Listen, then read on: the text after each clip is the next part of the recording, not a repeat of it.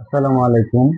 SSC পরীক্ষার পর আমরা যে ব্যবহারিক নাম্বার পাই, স্যাররা যে আমাদের ব্যবহারিক নাম্বার দেয় 25-এর মধ্যে 25 দেয় নাকি 20 দেয়, সেই বিষয়টি নিয়ে আমি বিস্তারিত আলোচনা করব।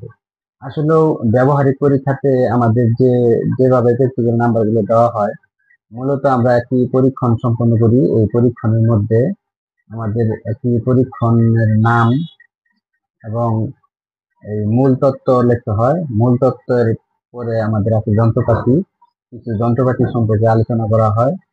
তারপর এই যন্ত্রপাতির পরে আছে উপাত্ত ও প্রয়োজনীয় ছক।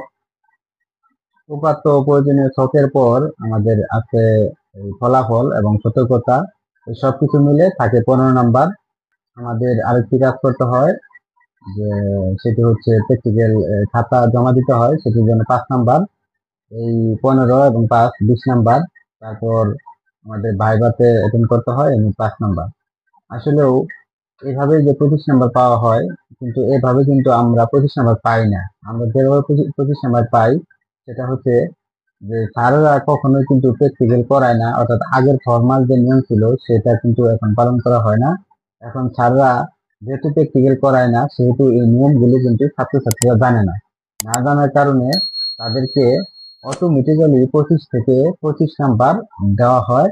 এবং এই স্যাররা বলতে গেলে এটি কিছুটা পেটে পড়েই দেয়, পেটের মধ্যে পড়েই তাদেরকে দিতে হয় 25-এর মধ্যে 25। কারণ কোনো ছাত্রকে যদি কম দেওয়া হয়, তাহলে তো সে যদি দাবি করে যে স্যার আমি কেন কম পাবো, কিন্তু তাকে তো মূল্যায়ন করা হয়নি। সে তো বলতে পারতো যে স্যার আমাকে যদি সঠিক মূল্যায়ন করেন, তাহলে আমি প্র্যাকটিক্যাল 15 মার্কের মধ্যে আমি 15ই পাবো।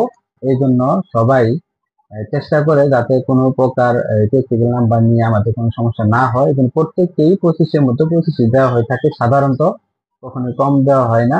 এই জন্য আমাদের প্র্যাকটিক্যাল নিয়ে কোনো চিন্তার কোনো কারণ নেই। ভিডিওটি যদি ভালো লেগে থাকে তাহলে অবশ্যই চ্যানেলটি সাবস্ক্রাইব করে পাশে থাকা বেল আইকন অন করে দিবেন। সকলকে ধন্যবাদ।